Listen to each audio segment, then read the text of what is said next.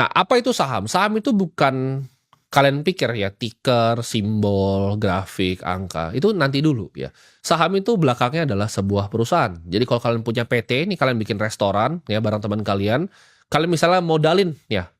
Misalnya kalian punya restoran, ini gua bikin restoran Kayalan ya. Restoran itu kalian bagi ya. Kalian itu pemodalnya, teman kalian ini adalah operatornya. Kalian bagi saham biar gampang 50-50 ya kan di PT-nya. Modal di store yang kalian setorin tuh 500 juta. Jadi modal yang bisa dipakai untuk mulai restoran itu adalah 500 juta, tapi valuasi dari restorannya, kadang kalian punya 50%, kalian masukin 500 juta, itu jadi 1 miliar. Ya, itu nggak ada bedanya. Kalian mau beli sahamnya, mau bikin saham seperti itu, kalian punya 500 juta bikin restoran, kalian mau beli saham perusahaan yang private, yang kalian bisa deal di belakangnya, atau kalian beli saham yang kebetulan ada di Bursa Efek Indonesia. Yaitu saham yang listed, perusahaan-perusahaan besar yang kita sebutnya TBK, terbuka. Ya, jadi nggak ada bedanya tuh antara saham restoran tadi 500 juta yang valuasi 1 miliar, atau kalian beli perusahaan private yang misal 1 triliun tapi kalian deal di belakang, atau perusahaan TBK yang 1 triliun atau mungkin 100 miliar, 200 miliar. Semua konsepnya sama. Ya, jadi ada perusahaan yang running di belakangnya. Nah, keuntungannya membeli saham ini apa? Karena dari kecil, gue itu kan ketika gue lihat Warren Buffett, gue lihat enak banget dia bisa dapat dividen dari Coca-Cola. Jadi itu mimpi gue.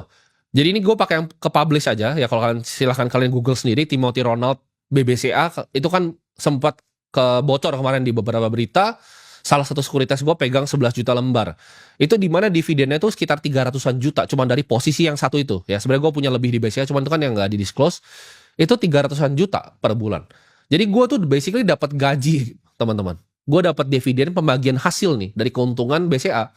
Gue itu duduk di kantor gue di sini. Gue nggak duduk di kantornya BCA, tapi gue dapat gaji itu lebih besar dibanding manajer di sana. Gitu.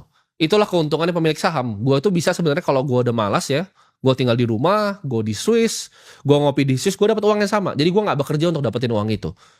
Jadi kayak tadi ya, teman kamu yang bikin restoran, ya 500 juta itu dia pakai jadi koki, dia bikin operasional segala macam.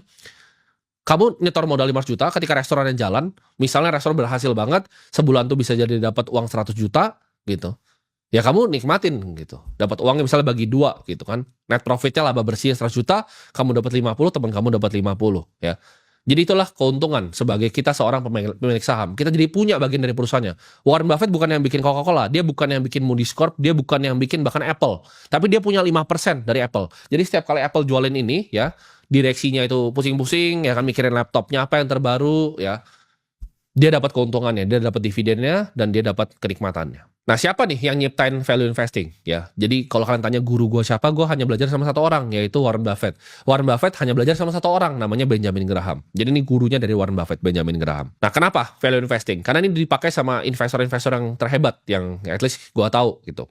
Jadi kalau kita ngomong siapa sih guru gue yang mungkin kita sebutnya unofficial ya, nggak pernah ketemu, nggak pernah tatap muka, tapi gue belajar banyak banget dari beliau adalah Warren Buffett. Yang kedua adalah Bill Ackman, dia versi mudanya dari Warren Buffett.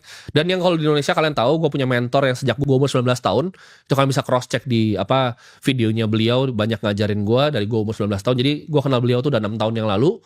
Ya, nanti bakal ada podcast juga dengan beliau, kalian bisa lihat ya, kita selalu tukar pikiran. Itu Bang Sandiaga Uno.